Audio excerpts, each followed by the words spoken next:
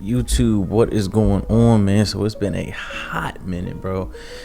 I'm sorry for that. You know what I mean? I've been gone. I've been doing some other things, but your boy back, and we back to some photography stuff. So what I want to do today is I kind of want to just go over some of the things I've picked up since the last time we spoke.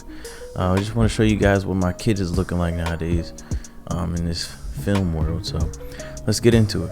All right, so I'm not sure if on this channel I've introduced this. This is my Nikon F5. Man, I love this camera, dude. I'm not even gonna lie to you. I usually keep my 50mm on here. It produces beautiful images. As I talk, I'm gonna show images that I've taken with all my gear. This thing takes beautiful images for 35. You can use your modern day Nikon lenses, not the Z mounts, but your DX mount lenses. You can use all of those on this bad boy. So great glass goes a long way. That's one thing that I have learned, and that putting that 50 on here, and then the 24 to 120 that I'm shooting this video with right now, these pretty much live on this camera. So this was a good pickup. So while we're in the 35, let's get to my next 35. All right, so in my next line of my 35mm is going to be my Contax G1. I absolutely love this camera so far. I've had it for maybe 2 or 3 weeks by now.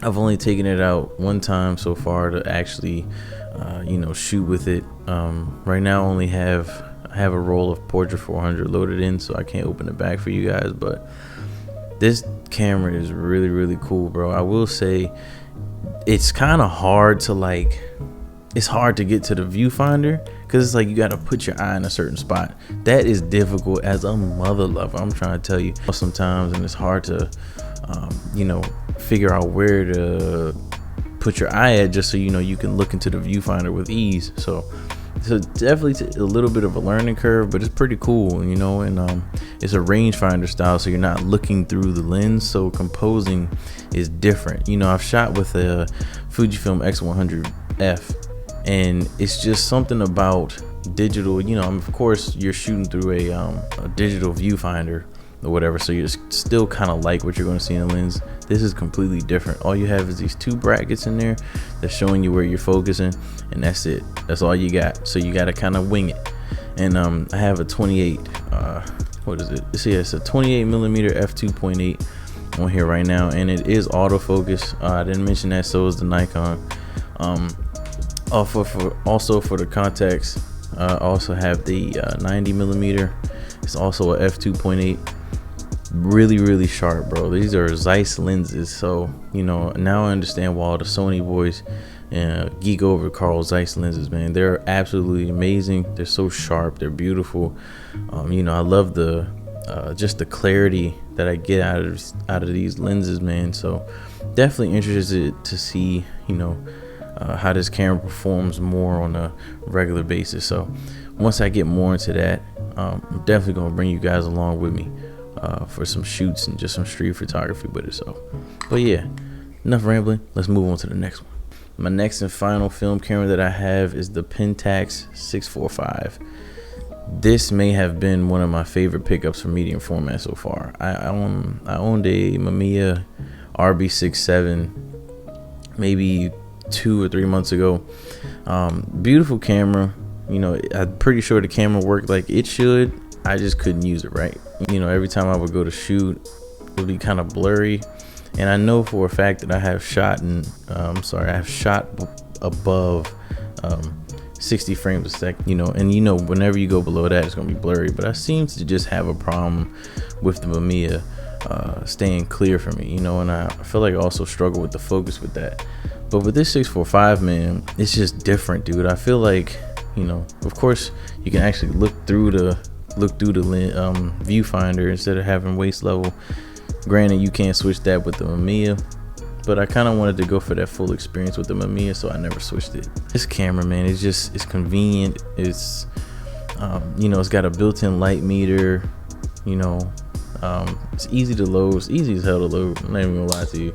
I've lately just want things to be very simple. If you haven't noticed about my film kit, like both of the 35s I have are self-winding, after you put your film in. They both do autofocus, and on my contacts, I'm not gonna lie to y'all, I put that joint in auto and let it do what it do because it's perfect. You know, that's just kind of how I feel nowadays. It's just I want something that's gonna work for me like that. I don't really want to do too much work, and that's just being honest with y'all. I'm a lazy mug, and I'm gonna continue to do that as long as I get amazing work. So yeah, that's all I got, man. But yeah, guys, that's pretty much wrapping up everything that I have so far with my film collection.